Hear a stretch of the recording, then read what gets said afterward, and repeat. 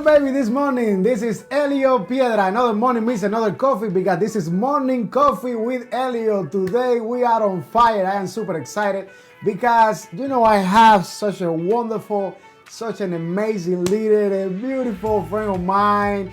And let me tell you, her name is Rebecca Burleigh. And he's an American college soccer coach and former college soccer player as well. She's the current head coach of the Florida Gators at University of Florida, for the Gator soccer team. Let's welcome to Morning Coffee, Coach Becky Burleigh. Happy to be here. Yeah. Love your energy. Are we doing the coronavirus? Oh, yeah. Salute. We'll do it. There you go. Or maybe the elbow. Maybe the elbow. All right. That's one of the most amazing jokes every single day. Welcome to the show. I am very excited to have you here. Excited to be here. Yes. Oh my goodness. I have so much to talk with you about, mindset training. We have something huge going on right now with the, USA, with Team USA soccer team, the women's soccer team. And also, before we jump into that, let's talk about you. The very beginning of Becky Burleigh as a soccer player. I couldn't mention the championships. You have so many championships. I don't know how many, like 12? Yeah, something like that. Yeah. I was like, 1993, 1994, 1995. Okay, just give up. Yes, too many of them. Congratulations. That's amazing. Thanks. Lots of players come through doing that. Really? Yeah, all the staff, all the players, a lot of people contributed to all that. Well, yeah, it takes teamwork, but you are awesome. Thanks. Yes, and I wanted to talk about the very beginning of you as a soccer player. At what age do you start playing soccer? I was actually pretty late as a player because I grew up in very rural Massachusetts, like I'm talking middle of the sticks, and we didn't have soccer at all. And so my family moved to Florida when I was 10 from Massachusetts, and we moved right across the street from a soccer field. So my parents were like, hey, I have two brothers, and they're just like, you guys need to meet new kids. So they walked us across the street, signed us up for soccer, and that kind of started it all. Wow, that is amazing. And how often do you used to go to train, like every single day? Oh, I loved it because I had never been on an organized team before. I didn't really have any friends because where we lived in Massachusetts, it was like the closest neighbor was like a mile away. So being on a team was such a new concept to me. And, for me, it was like a group of girls to play with. I only had two older brothers, so it was so fun. Like, I literally spent most of my days at the soccer field. All the time. Our first team, it was sponsored by a marina, and so our name was the Dinghies, which is not really that great of a name, but it was just so fun because it was also the first year that there was an all-girls team in that town in Tarpon Springs, Florida. So it was just the perfect timing of everything to happen. Like for us to move there then, for that team to start, to live across the street from a soccer field, just all worked out. That is amazing. Right now we are having this problem that we're going to be talking about, but also I wanted to ask you, when you were when you started as a kid playing soccer, at any point anybody say, oh, this is just a play for men or for guys? I think I was born at the perfect time or something, because everything that happened in terms of women playing soccer or even sports happened right before I got there. So like I said, that town started a team for girls the year that I moved in. And then I remember my brothers were 2 years and 4 years ahead of me in high school.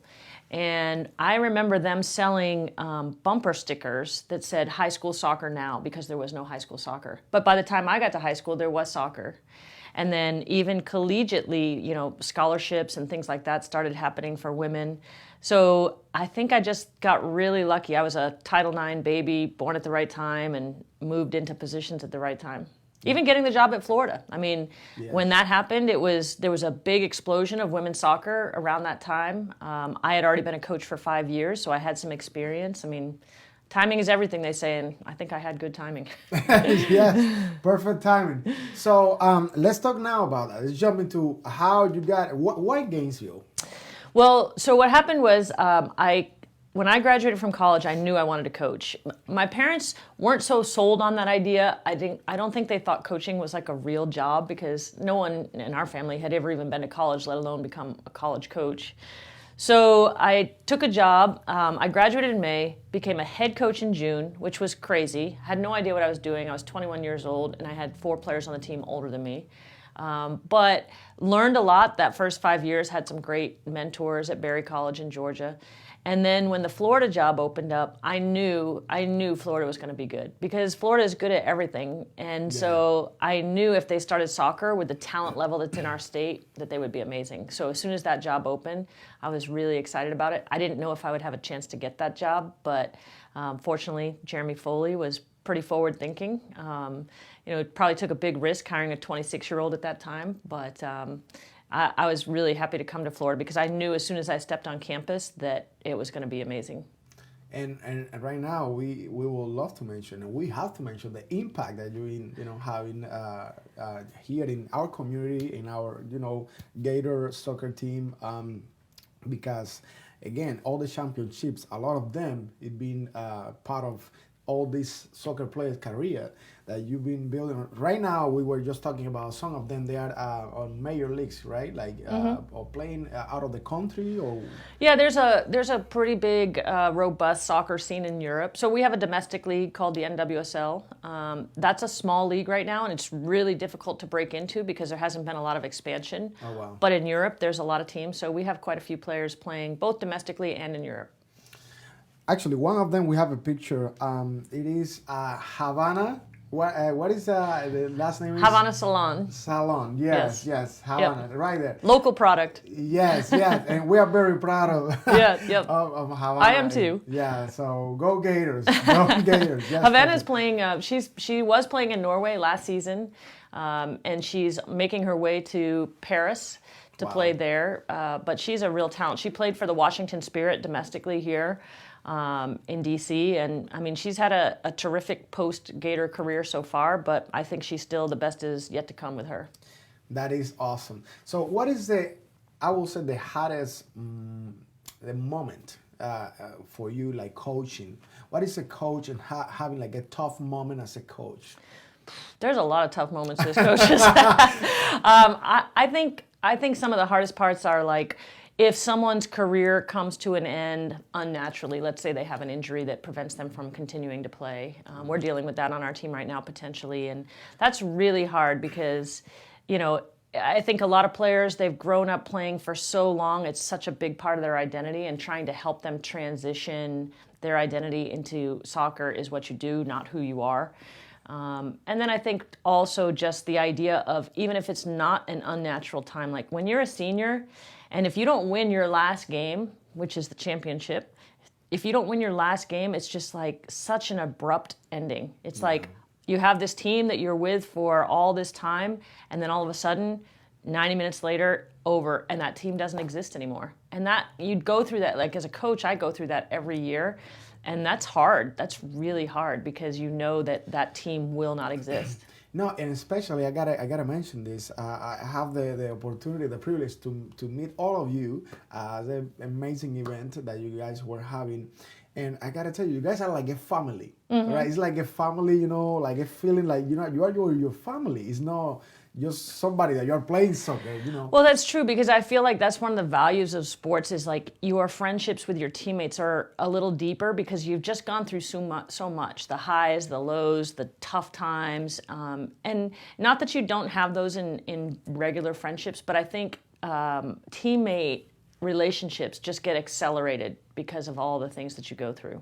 Wow, yeah, that's amazing, and I think that's part of the process of becoming like a stronger team, I guess, right?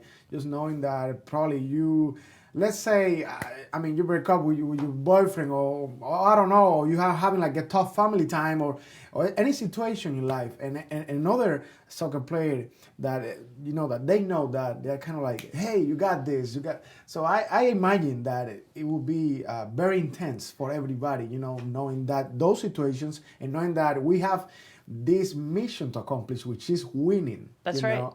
And it is. I think it's like you're always going to strive to do the best you possibly can on the field. And and then all these other things are happening because life doesn't just suspend, while you're playing sports. It goes on too. And so trying to deal with the many things that a college student deals with. And think about it, when you're a 17 or 18-year-old goes to college, it's the first time they're making all the decisions by themselves.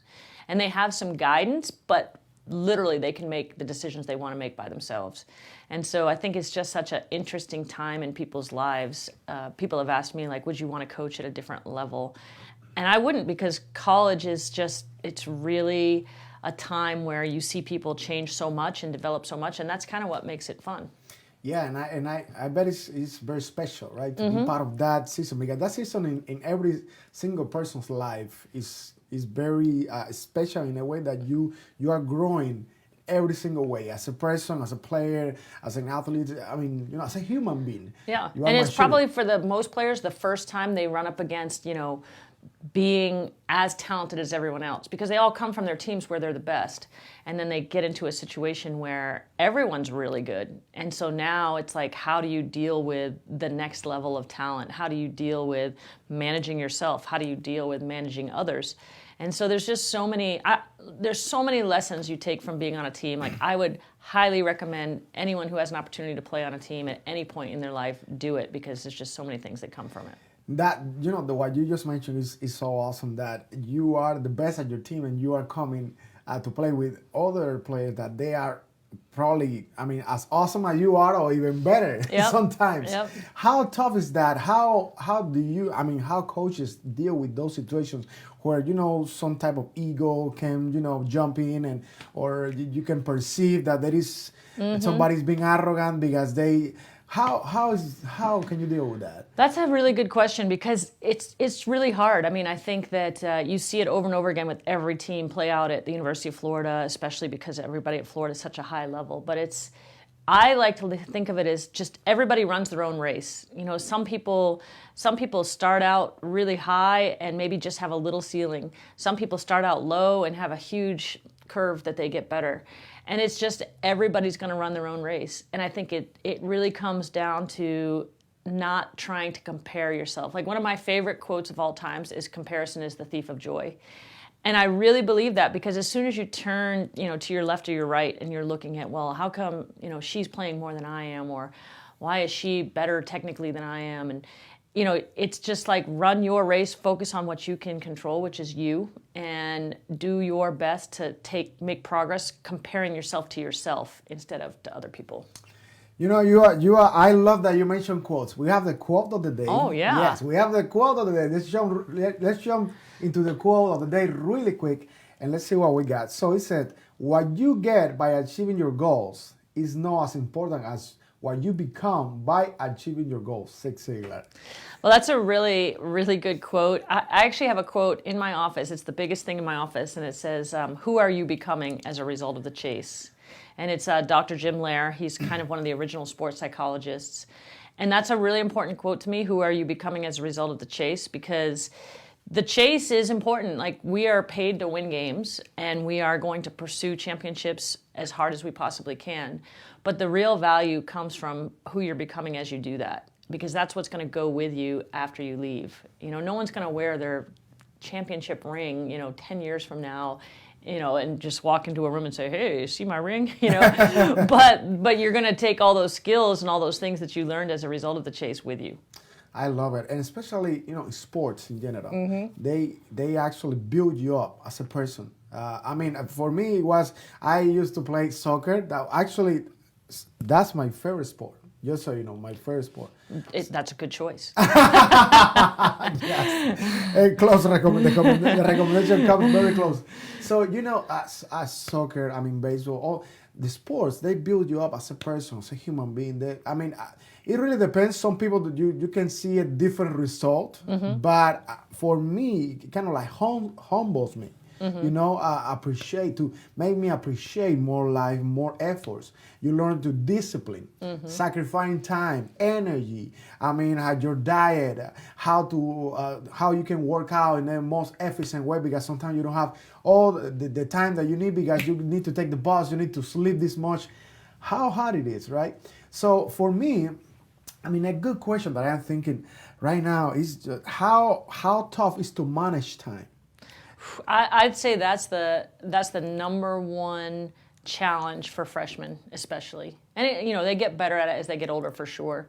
But managing time when you have complete choice of your time is really hard. And now, like with the advent of online classes, not just because UF's going to online classes on Monday, but just in general, when kids are taking online classes, like you really have to be disciplined because no one is saying, oh, you're not in class. It's like you making sure that you're doing the work that you need to do for your online class. So I think, I definitely think that sports can help you with that. And the support of being on a sport where somebody's sort of looking over your shoulder and helping you, I think that's a huge impact. We've had kids on our team who have gone to UF that have had brothers and sisters that are not in sports. And the experience, I think, is totally different because it's almost like this little school in the big UF. It's like a little school, and then you have UF, and it's sort of like it's like you have all these checks and balances as an athlete that maybe as a regular student you don't have. Wow, and I bet it is super, super tough. But for you guys, for coaches and for your assistants, how you guys manage like the balance, life, work, traveling. Balance might not be the right word. I think integration is a better word maybe because there are times during the season that it's just insane, and even in the off season, like 2 weeks ago, I had gone to Europe to watch a player play, and I literally took off on Tuesday afternoon, got to Europe the next morning, watched the kid play in the afternoon, flew out the next morning, so I wasn't even in the country. I was flying more than I was in the country, and then came back 2 hours before one of our games, a spring game, and I totally lost one full night of sleep because the flight wasn't long enough to have a night of sleep. Wow. And so it's just like that is not balance at that point. But then, the next weekend, I didn't have any recruiting. So that's the balance. It's just kind of figuring out ways to integrate your life and make it work for you. But it's definitely, no one is ever going to get bored with coaching, but it's an interesting life to integrate. Will you call it intense? I think it's pretty intense. Yeah, it's pretty intense. When people ask me, Elio, how you doing? How's your life? It's intense. And then on top of that, you have like, let's just say that, you have a bad gig, your singing doesn't go that well. It's not like trending on Twitter, whereas like we have a bad game and it's trending on Twitter. Yeah, I know. Or it's all across the bottom line of ESPN. So that public part of it just adds more to it. Yeah, I know. Talking about that, let's go back to a topic that we were discussing before actually the show, and it is very, very interesting. And I can't believe that it's happening. That is what is going on right now with Team USA, woman soccer team. I want to talk about that, but I just want to let you guys know that we're going to talk about that, and we'll continue. We have a few questions for you about what do you think. Just think about the answers. What do you think that is the reason? What do you think is the reason of this situation? And also, how can we accomplish to support our Team USA in this case? What is happening? What is your perspective of the situation? And just think about it. And we're coming back in just a minute. We want to show you our Florida Gators, just a couple minutes so you guys can see why we love our Florida Gators and how amazing they are. Let's hit it, Donovan. Think I can fly. Think I can fly when I'm with you. My arms are wide, catching fire as the wind blows. I know that I'm rich enough for pride. I see $1 billion in your eyes, even if we're strangers till we die.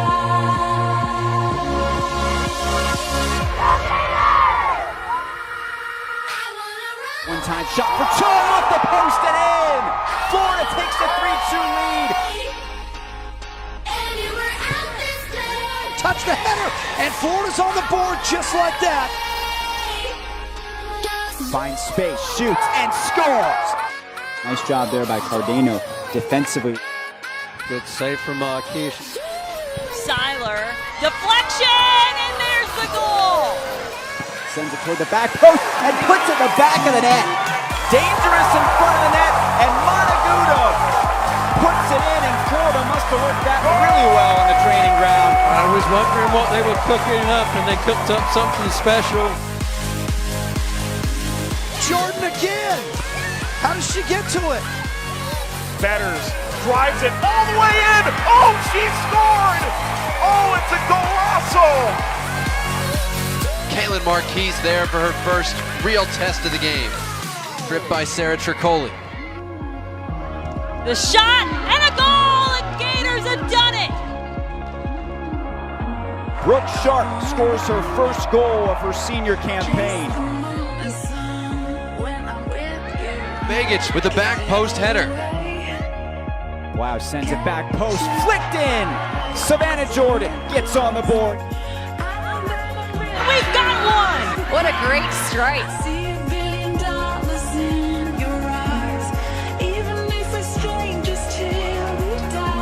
A chance now and a goal.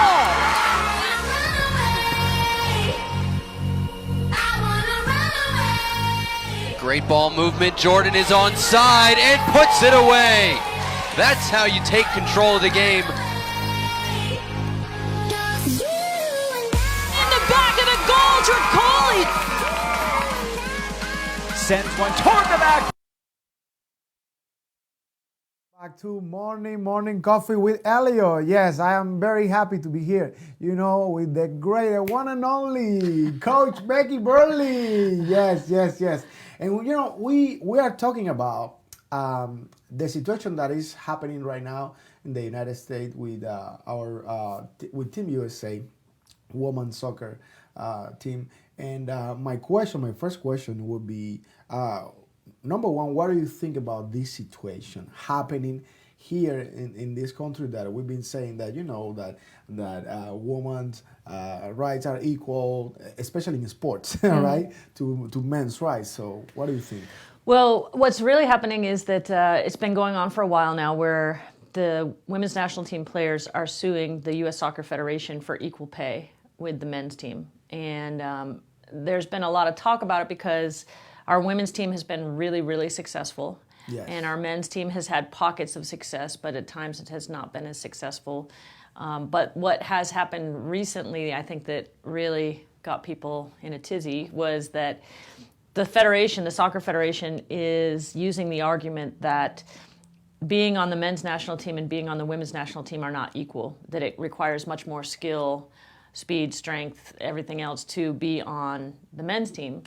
So it's just creating a lot of bad PR, I think, for the federation because you know, we don't view our sports in those manners. You know, like the WNBA is just as valuable as the NBA, or when we watch the Olympics, we watch the women's sports just as equally as we watch the men's sports. And I think what's been difficult is like probably the best argument I've heard is like if you look at boxing.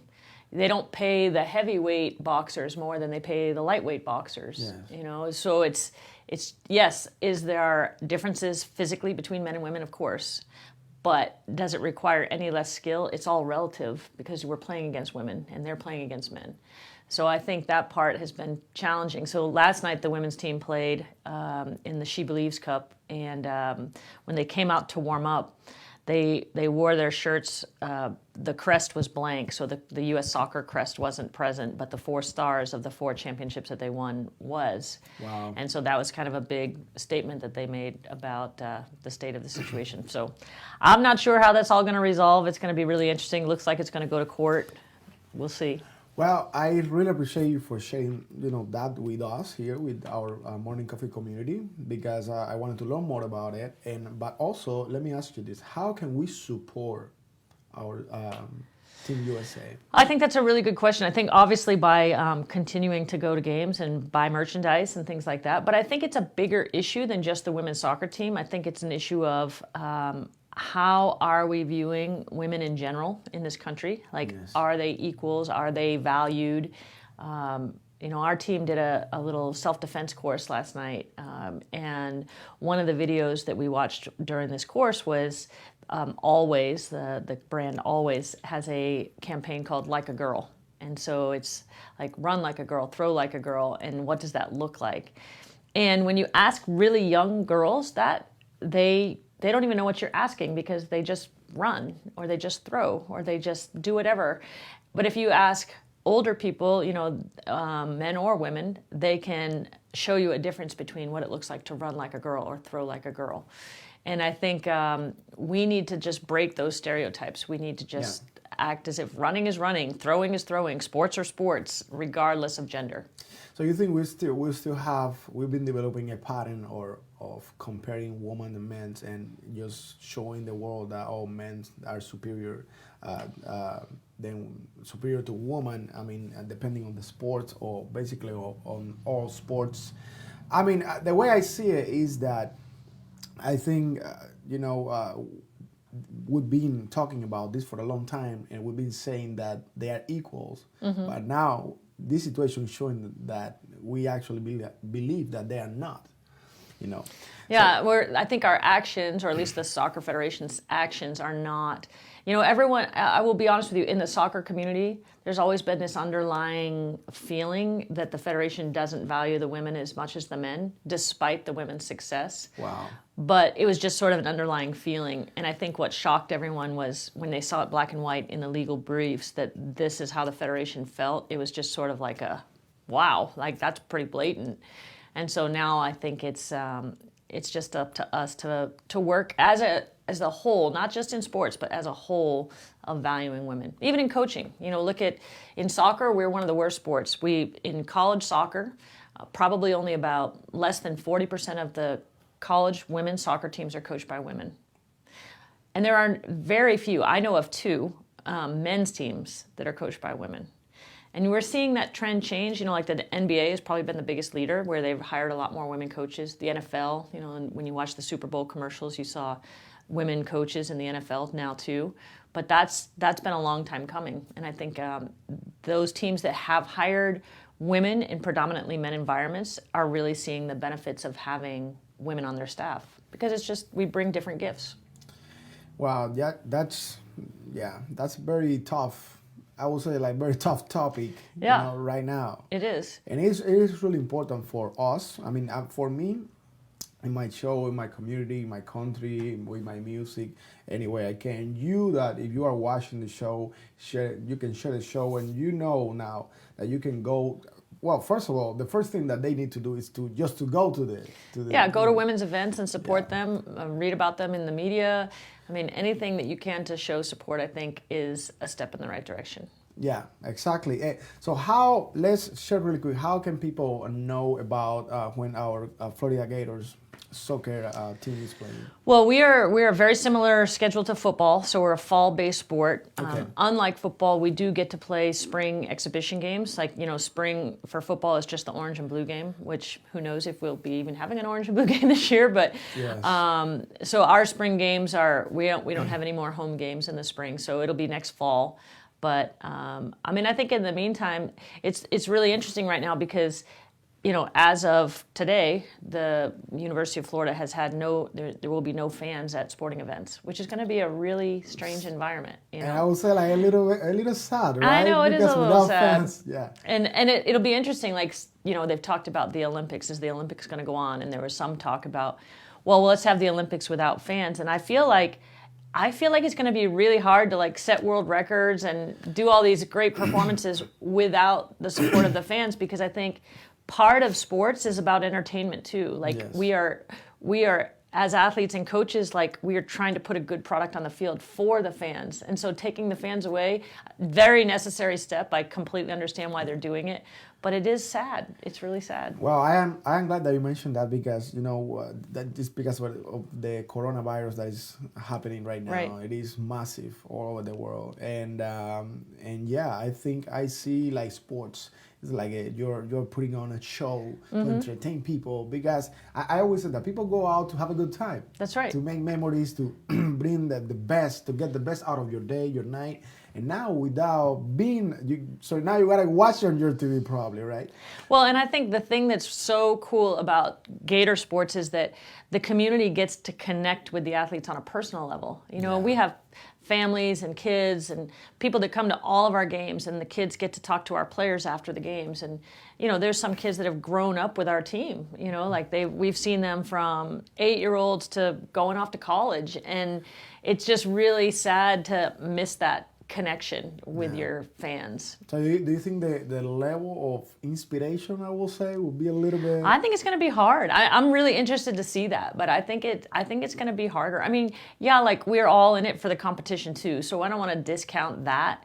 But I think there is a part of the energy that's created by the environment that plays into the game. Yeah, I mean, I can imagine. Let's say I'm a soccer player.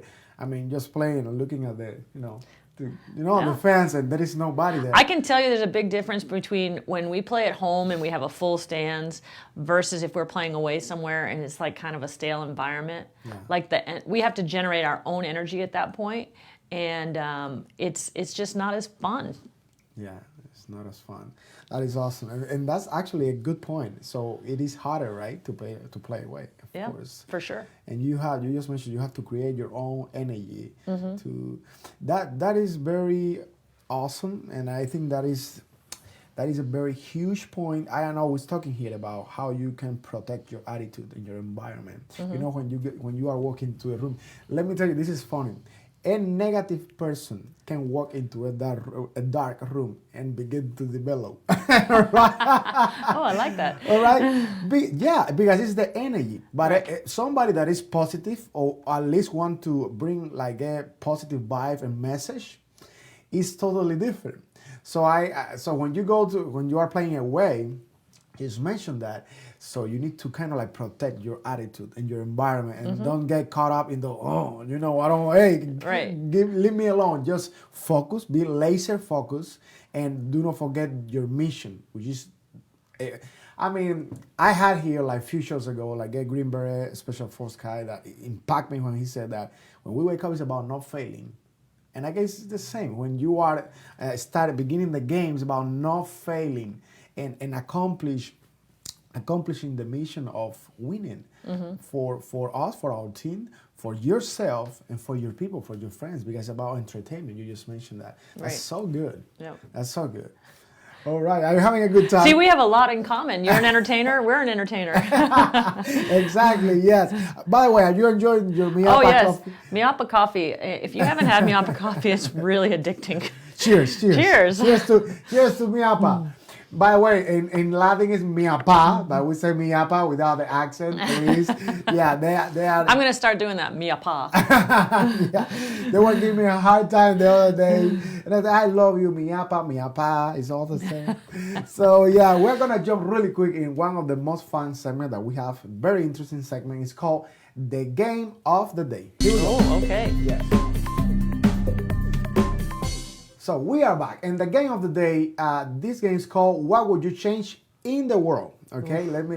Not in Gator Nation, not in your house, not in your community or your country. In the world, what would you change? Economic situation, political situation, emotional situation, or mindset?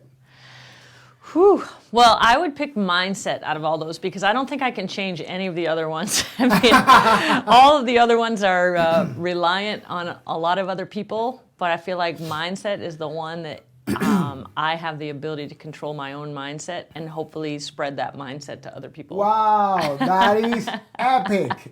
Epic. I love it because, other guests, they selected mindset. But the beauty of this is that you get to explain why. And that's the first time that you said, that anybody said, that's what we can control. That's right. To impact the others. Because it is obvious that if you have the right mindset, you can do a major contribution on this other, like economic situation, of course. If it's your economic situation, political situation, I'm not sure about that one. That one's going to take a lot of work. Exactly. Emotional situation, yes, but mindset, I mean, it is crucial. Especially if you are any field, like if you're an entertainer, if you are a soccer player, if you are, I have a bodybuilding woman coming to the show. Oh, wow. And the reason, yes, I want to share that with you. I'm super excited about that as well. And the reason I am doing it is because of what we're discussing here. Just so you know, I want to show people that, hey, I mean, women can do and watch this, can do the same and most times even better than men. So I don't understand the point of, this situation that is happening. Oh, because it takes more skills. What are you talking about? It is kind of crazy. But that is because of mindset. That's true. Believe it or not, that we've been programmed in a way that make us believe that, oh, we are superior. No, we are not. Actually, ladies and women, they're always ahead of everything. And I've been following, actually, I have different athletes that they are body. I am very passionate about bodybuilding because of the discipline. Oh, for sure. And that's why I love sports in general so much, because everything in life is about discipline. You really, really want to succeed. Because if you right now, you go to the street and say, oh, who want to be successful? Everybody raising their hands. But who is willing to take the pain? That's right. Do the work. And do the work, whatever it takes. Because success, it requires a lot of pain, a lot of energy, a lot of investment of all types. For sure. Money, time, and energy, knowledge, but people don't want to put their work on it, Yeah, I think we're just such a results-driven society. We want the end product, but it's really the process that it takes to get there. And then to me, you can back that step even one more further, which is it's the people who drive that process. Because I can have a great plan, but if I don't have the discipline as a person to put that plan into action, the plan is pretty useless. Awesome. I don't need to tell you that mine is mindset as well, because mindset is basically all it takes. I am gonna, and by saying that, before we jump into a commercial for our platinum sponsors, I want to share this story with you. I was walking in it was a CVS here. It was like 2 a.m. Of course, I finished my performance very early, of course, and then this lady, I was like, hey, how you doing? And she was like, I'm okay. And I was like, well, you can be better than that. How about doing good at least? And then she started laughing. And she was wondering, well, what are you so high? This is so late, man. It was right. Like, but you can be better than that. And then I got the feeling like she was a very good person. When you meet somebody and you said, I think it's worth just spending 5 minutes with this person. And I was like, do you really like what you're doing? And she was completely honest with me, right, like straight. She said, I don't like this. I really like babysitting. And I was like, what are you waiting for? What are you waiting for? And she was like, what do you mean? I was like, well, all it takes is your mindset. If you decide right now that that's what you want to do, I am telling you that you can do it. Why not? All it takes is just probably apply to somebody's daycare or whatever, right. And eventually you're going to start your own business. And short story, 2 weeks later, I went to because of course I run out of milk and I had to stop by again. And that's the only place that it was open. And then I stopped by and said, hey, what is this lady? No, she left. Wow. She started. Look at your impact. Well, you know what I mean? And that's something that actually I feel proud of that, because sometimes we need to kind of like stop and say, hey, we can change probably this person's life or this person's day or week. And that's such a beautiful thing about discipline. I always say, if you don't program your mind, it's fine. You're going to be programmed anyway. No doubt. Yeah, so we better work on ourselves constantly. So since I've been working on myself, about my mindset, about how much I can do to help myself but help others, I want to spread that message. So every time I have the opportunity to say, hey, you can do this. What are you waiting for? There is no benefit or you waiting for the right opportunity. There is no such a thing as right opportunity. For example, if we jump into sports, going back to sports, and people, sometimes this situation, for example, when you are as a coach, hey, pass the ball, hey, hit it. because you can visualize the goal, and then the player is still with the ball. You know what I'm talking about? I know what you're talking about.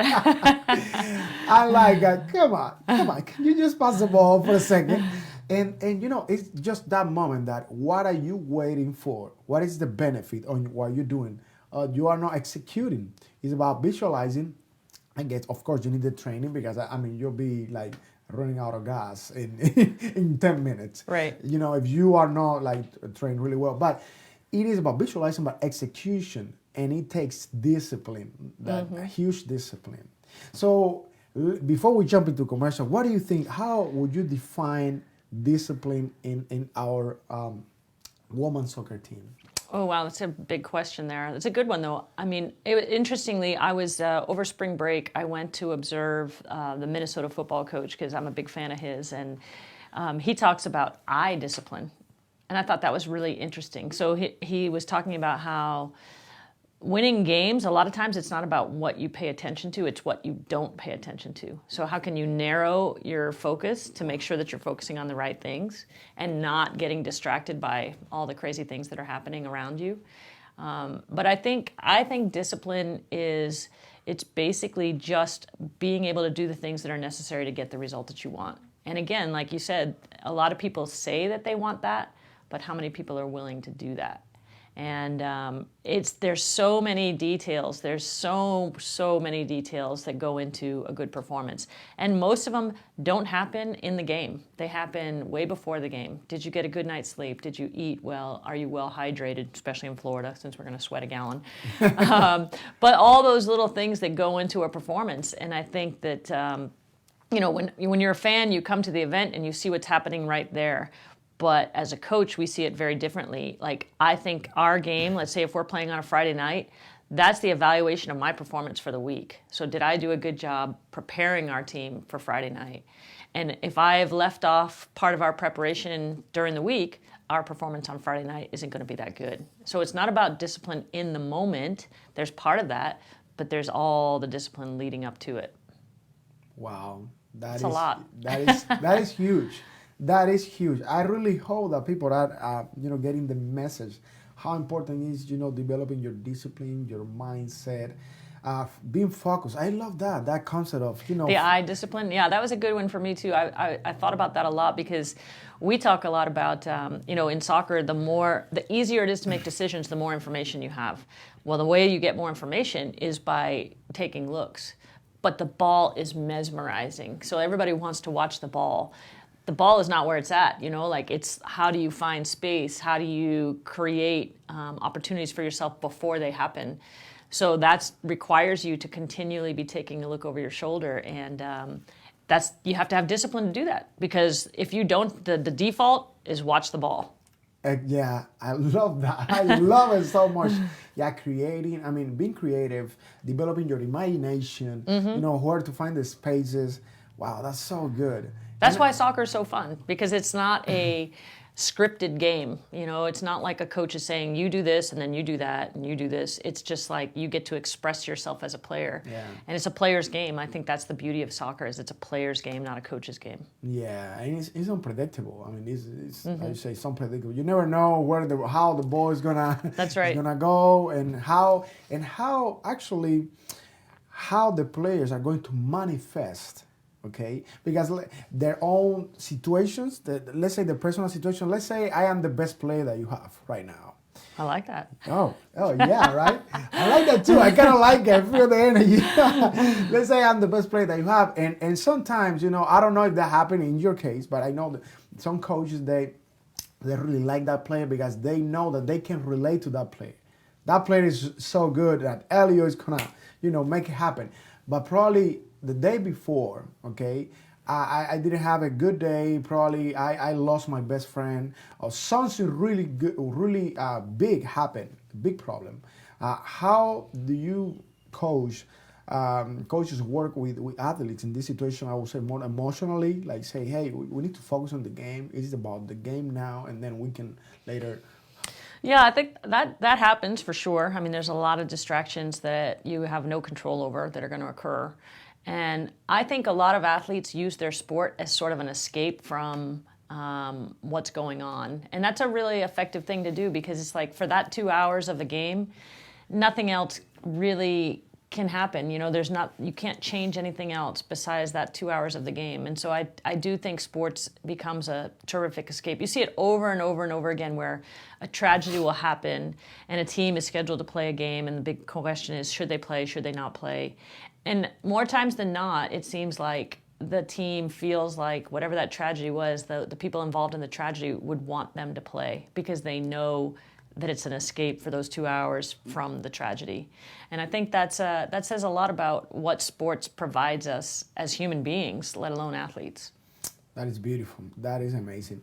So let me ask you, are you ready to know and meet our platinum sponsors this morning? I am. I'm ready. Let's see them. Let's see them. All right. We're coming back in just a minute. Stick around and prepare your questions. Make a comment below about mindset, training, life, everything about coaching. How is it to coach our Florida Gators? Here we are. We have the privilege to have the studio Coach Becky Burleigh. Yeah, we're coming back in just a minute. Thank you.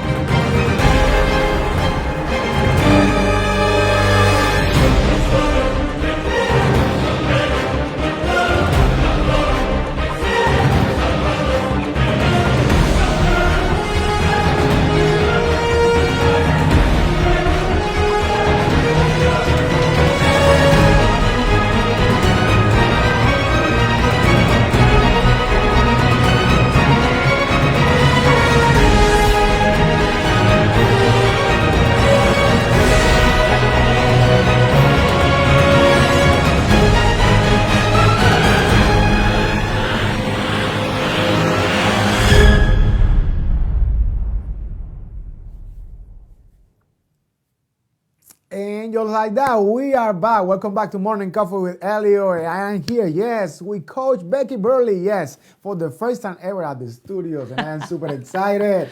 We're having a wonderful time, and we were just talking about, attitude, bad attitude, and how contagious is. We shouldn't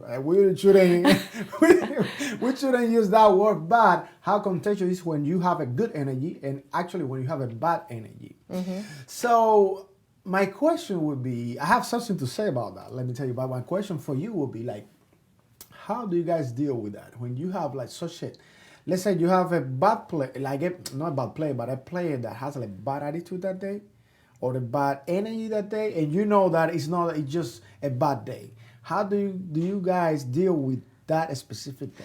Well, it's funny that you asked that, especially in the climate that we're in right now. But like we have this thing on our team called Energy Touches, and so it's about like, can I give you a high five? Can I, make some type of contact with you physically that helps me transfer energy to you? Because it's pretty hard. Like when somebody is hyping you up, it's pretty hard to kind of stay in that negative state. High five. Yeah, we'll have to do air high fives now, I guess.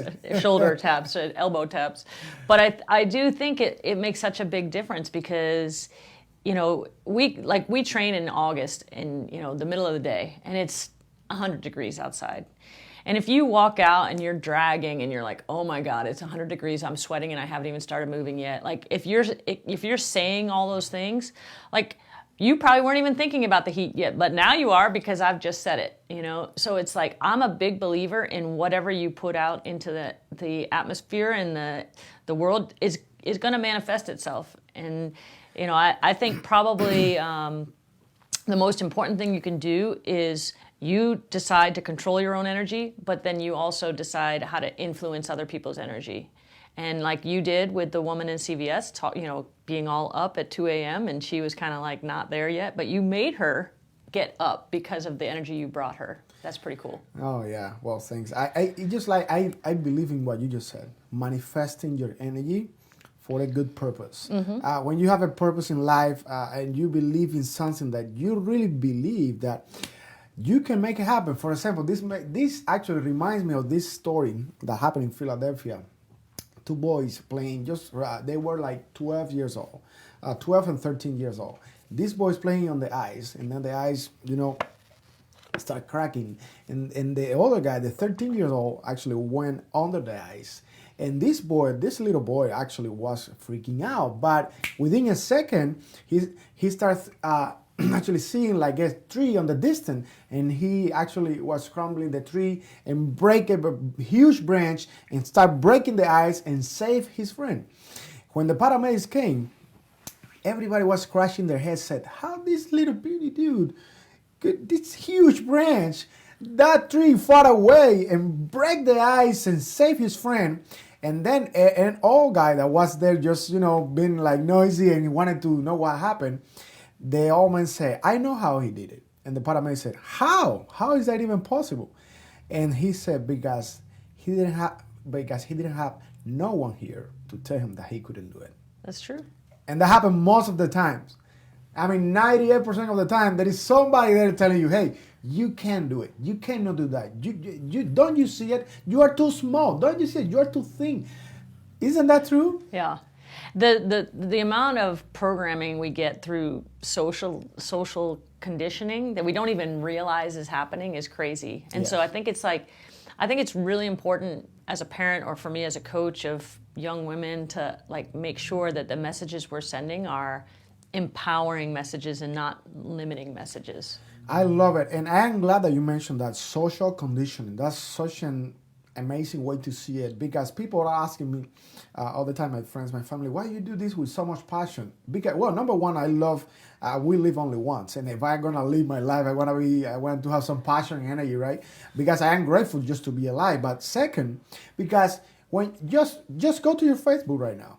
You go to Times Square, go to the elevator where you're pumping gas. There is 35,000, commercials programming your mind every single minute, around the world.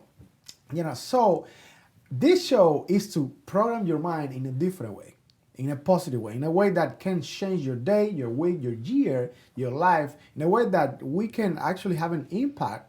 Even if it's a minor, it doesn't matter. If you can change someone's life just today, I'm telling you, that's just huge right there. Like you are going to the amazing meeting today, this afternoon or this morning, right? That's right. Yeah, it's Leadership Gainesville. Leadership Gainesville, and that's beautiful. But is it leadership woman, you said? No, I think this is for a lot of local business people that are part of Leadership Gainesville. Yeah, because I know we have also a leadership empowering woman. I think that is called. We have leader cast, and we have leaders. Yeah, we have a lot of leaders in Gainesville. I love it. I love. This is the reason. To be honest, I love living in this community. And I have the opportunity, you as well, to travel so many different beautiful places. But being here and feeling how warm our community, and what we believe, it's just awesome. I love Gainesville too. I just think there's so much going on here that's positive, and there's so many good ways to get involved in the community, whether it's through the university and Gator athletics, or whether it's through programming that UF puts on. And I'm a really big believer in controlling what's in your windshield, like what you see. So like, for example, social media. People talk about the negatives of social media. Yeah. Well, you get to choose who you follow, Exactly. And so pick people that bring you up. Like, I would never read, I know there's like soccer chat rooms. Like, I don't want to read some gossip about soccer, Yeah. I'm going to pick things that are going to be positive for me. And I think what I watch on television, what I listen to on the radio, like all those things are choices. But sometimes we just default to whatever is on. And, I'm not going to allow anyone that unlimited of an access to my mind. Oh my gosh, I love it. Hey, forget about the coronavirus. High five, high five. I love it. This is fire, ladies and gentlemen. Oh my goodness, it's so good. It's so good. And when on my way to the studio this morning, very early, I was listening to Miles Monroe. Unfortunately, preacher Monroe passed away a few years ago. But his legacy is huge. And he was telling this. He said, people, we we control our emotions. Okay, we control our emotions depending on what we believe and what we're thinking within us. And he was telling somebody that we don't necessarily make things happen because of how we are, good or bad. It's our habits. Oh, for sure. Our habits actually, for example, if you have the habit of watching Netflix all day in your couch, your life will be based on that habit. So it is awesome how you don't get to build or your destiny or all of that. Your habits will define your life. Mm-hmm. Isn't that amazing? No doubt. It's like for me, let's go back to soccer. If you train like so hard, like when Coach Becky's telling you, hey, we have 6 hours and I have to accomplish this, okay? And you made it happen, but then you say, no, Coach, but you know what? I am not content with where I am right now. Let me go another extra hour. That's right. Right? I think that I am a big believer in choice. And I'm not trying to dismiss anyone who's got serious depression and things like that. I'm not saying that's a choice or not a choice. But I do think that we default so much. And if we would default less and choose more, I think we would all be happier. Oh my gosh, that's right.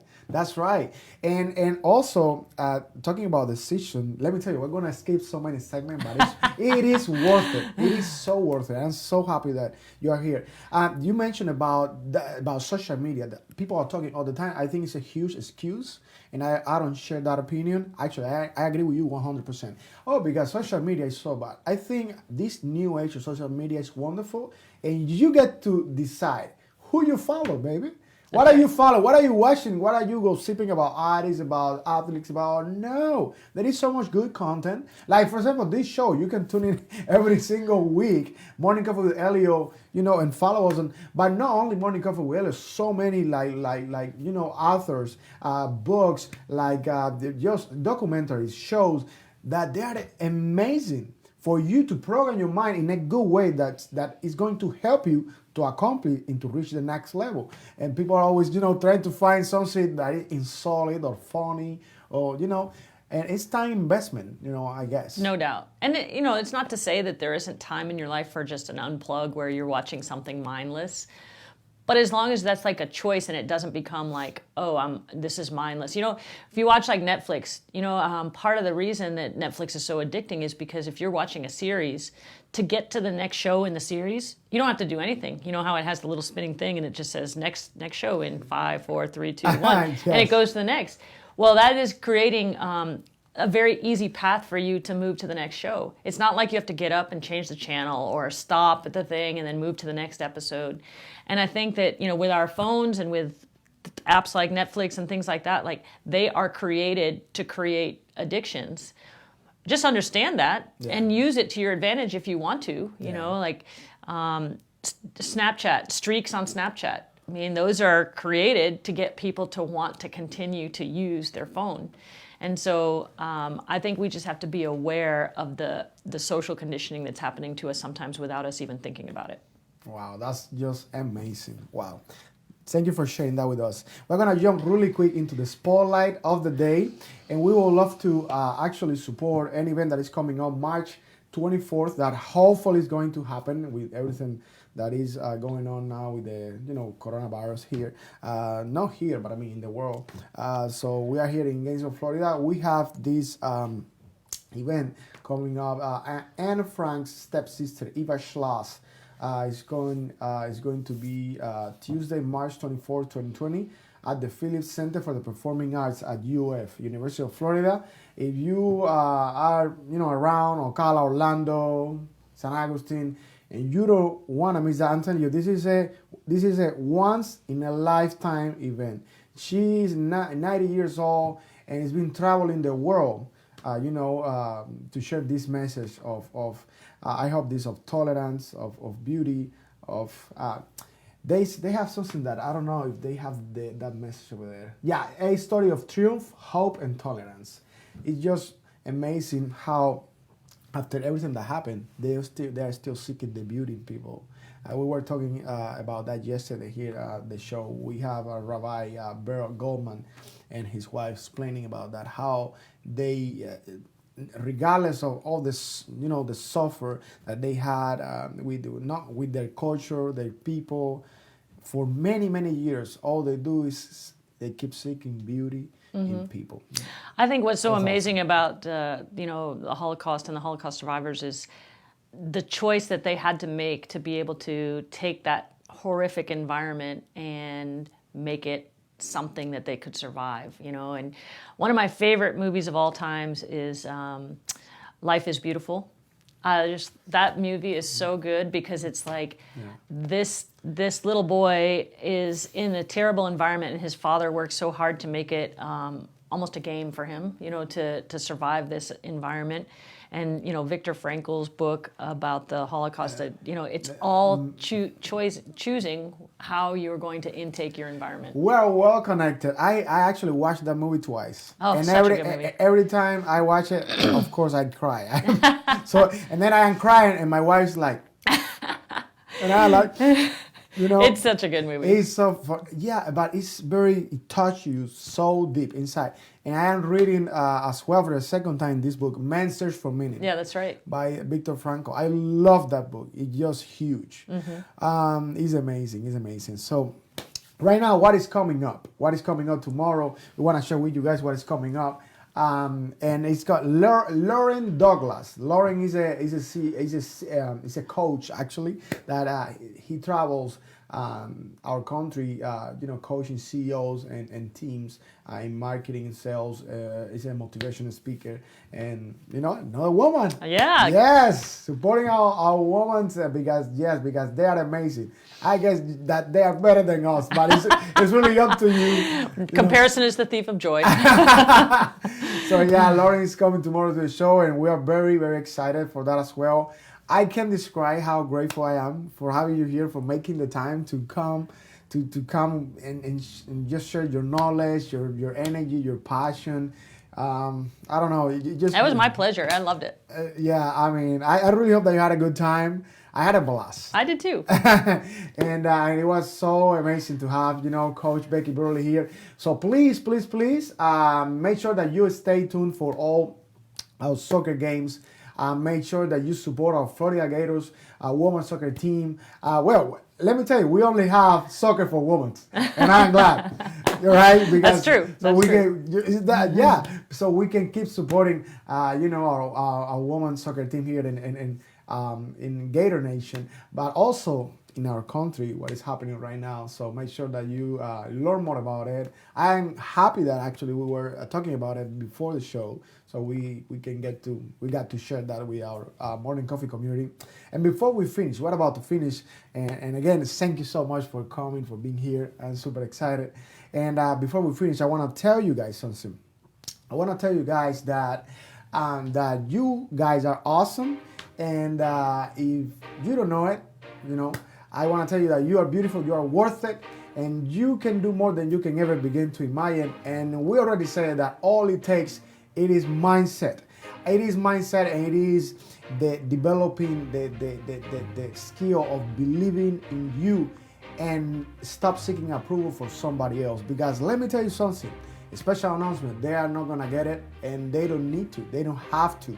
Because at the end of the day, it's your dreams, they are your goals, and you need to love yourself first. You really want to love somebody else, or you really want to share the love. You need to love yourself, you need to continue with yourself, and just ask yourself, what do you want for your life, in your life? And for those around you, you really want to make an impact in your life. If you are an athlete, you are an artist, if you are an entertainer, if you are a mortgage guy, it doesn't matter what you do. You gotta be all in. You gotta believe in yourself, so you can do a major contribution in life, in your community, in your country, wherever you are. There is a quote that I love, by the way, that it says, "Do what you want, do what you can with what you have, wherever you are, and never be satisfied." Because there is another one that is related to it. It says, "Be not conformed to this world, be transformed by the renewing of your mind." This is Elio Piedra. It's a morning coffee with Elio, and we're gonna see you tomorrow with Lauren Douglas. And you are awesome. Yes, you are. Thank you very much for watching. Follow us on Facebook. Bye. Bye.